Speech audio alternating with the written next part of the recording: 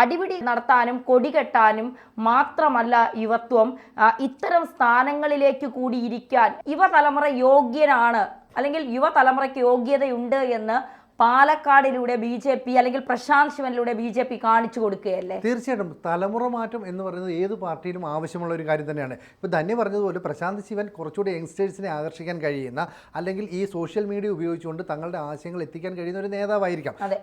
പഴയ നേതാക്കളുണ്ട് BJP ആ നഗരത്തിൽ അല്ലെങ്കിൽ ആ ജില്ലയിൽ ഒന്നുമല്ലാതിരുന്ന കാലത്ത് ഉള്ള പാർട്ടി പ്രവർത്തകരെ നയിച്ചുകൊണ്ട് വന്ന പഴയകാല പ്രവർത്തകരുണ്ട്. അവരെ ഒന്നും തള്ളിക്കളയുകയല്ല. പക്ഷേ ഈ പുതിയ കാലഘട്ടത്തിനനുസരിച്ച് പാർട്ടിയെ കെട്ടിക്കെടുക്കുകയും കേരള സംസ്ഥാനത്ത് BJP എന്ന് പറയുന്ന ഒരു പാർട്ടിക്ക് വലിയ സ്വാധീനമുണ്ടെന്ന് വരുത്തി തീർക്കുകയും ചെയ്യേണ്ടത് ദേശീയ തലത്തിൽ തന്നെ ഈ പാർട്ടിക്ക് ആവശ്യമാണ്. അതിൻ്റെ അടിസ്ഥാനത്തിൽ പുതിയ പുതിയ ആളുകളെ കൊണ്ടുവരുന്നു. ചിലയിടത്ത് സ്ത്രീകളെ ആയിരിക്കും കൊണ്ടുവരുന്നത്, അപ്പോൾ വനിതാ പ്രാമുഖ്യം നൽകുന്നു. ചിലയിടത്ത് യുവാക്കളെ കൊണ്ടുവരുന്നു, ചിലയിടത്ത് എക്സ്പീരിയൻസ് ഉള്ള ആൾക്കാരെ തന്നെ കൊണ്ടുവരുന്നു. നമുക്കറിയില്ല കുമ്മൻ രാജശേഖരനും അതുപോലെ തന്നെ ശ്രീധരൻ പിള്ളയും ഈ അവരൊക്കെ നയിച്ചതിന് ശേഷമാണ് അല്ലേ ഈ പറയുന്ന കെ സുരേന്ദ്രൻ. അപ്പോൾ കെ സുരേന്ദ്രൻ്റെ കാലത്താണ് ആദ്യമായിട്ട് ഒരു MP നമുക്കുണ്ടാകുന്നത് അല്ലേ, ലോക്സഭാ തെരഞ്ഞെടുപ്പ്.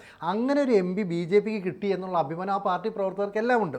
ആ രീതിയിൽ ആ പാർട്ടി മുന്നോട്ട് പോകുമ്പോഴാണ് ഇത്തരത്തിൽ ചില ഇടങ്കോലിടുന്നത്. അപ്പം BJPയിലെ കെ സുരേന്ദ്രൻ വന്നപ്പോൾ വലിയ എതിർപ്പായിരുന്നു. കാരണം താരതമ്യേന ഏറ്റവും പ്രായം കുറഞ്ഞ പ്രസിഡന്റ് എന്നാണ് സുരേന്ദ്രൻ അറിയപ്പെടുന്നത്. സുരേന്ദ്രൻ്റെ പക്വതയില്ലെന്നൊക്കെ പറഞ്ഞു. പക്ഷേ അദ്ദേഹം പക്വമതിയായിട്ട് തന്നെയാണ് പ്രവർത്തിച്ചതെന്നാണ് നമുക്ക് തോന്നുന്നത്. ഇവിടെയും പ്രശാന്ത് ശിവനെ സ്ഥാനാർത്ഥിയാക്കിയും വിമത വിഭാഗം യോഗം ചേർന്ന് വലിയ പൊട്ടിത്തെറി ഉണ്ടാകുമെന്ന് മാധ്യമങ്ങൾ ഉൾപ്പെടെ വലിയ ചർച്ച നടത്തുകയും ചെയ്തു. അപ്പോഴും പ്രസിഡന്റായ കെ സുരേന്ദ്രൻ പറഞ്ഞത് ഇത് ദേശീയ നേതൃത്വത്തിൻ്റെ തീരുമാനമാണ്. BJPയുടെ ദേശീയ നേതൃത്വം ഒരു തീരുമാനമെടുത്താൽ അത് നടപ്പാക്കേണ്ടത് സംസ്ഥാന നേതൃത്വമാണ്.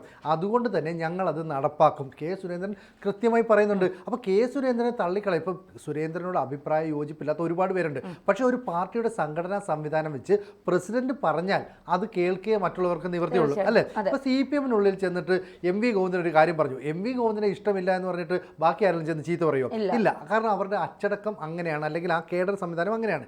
ഇവിടെ BJPക്ക് അതിന് സമാനമായ ഒരു കേഡർ സംവിധാനത്തിലേക്ക് വന്നില്ല. പക്ഷേ മറ്റു പല സംസ്ഥാനങ്ങളിലും അതുകൊണ്ട്. ഇപ്പോൾ ഉത്തർപ്രദേശിലെ കാര്യം എടുത്ത് നോക്കുക, അല്ലെങ്കിൽ ബീഹാറിലെ കാര്യം എടുത്ത് നോക്ക്, ഉത്തരാഖണ്ഡിലെ കാര്യം, എല്ലായിടത്തും ഇങ്ങനെയാണ് അവർ ആ സംവിധാനം കൊണ്ടുവരുന്നത്. അപ്പോൾ ദേശീയ തലത്തിൽ അങ്ങനെ ഒരു സംവിധാനം ഉണ്ടെങ്കിൽ അത് സ്വാഭാവികമായും ഓരോ സംസ്ഥാനത്തും പതിയെ ഇംപ്ലിമെൻറ്റ് ചെയ്തുകൊണ്ട് വരും. ഇതാണ് ഇവിടെ സംഭവിക്കുന്നത്.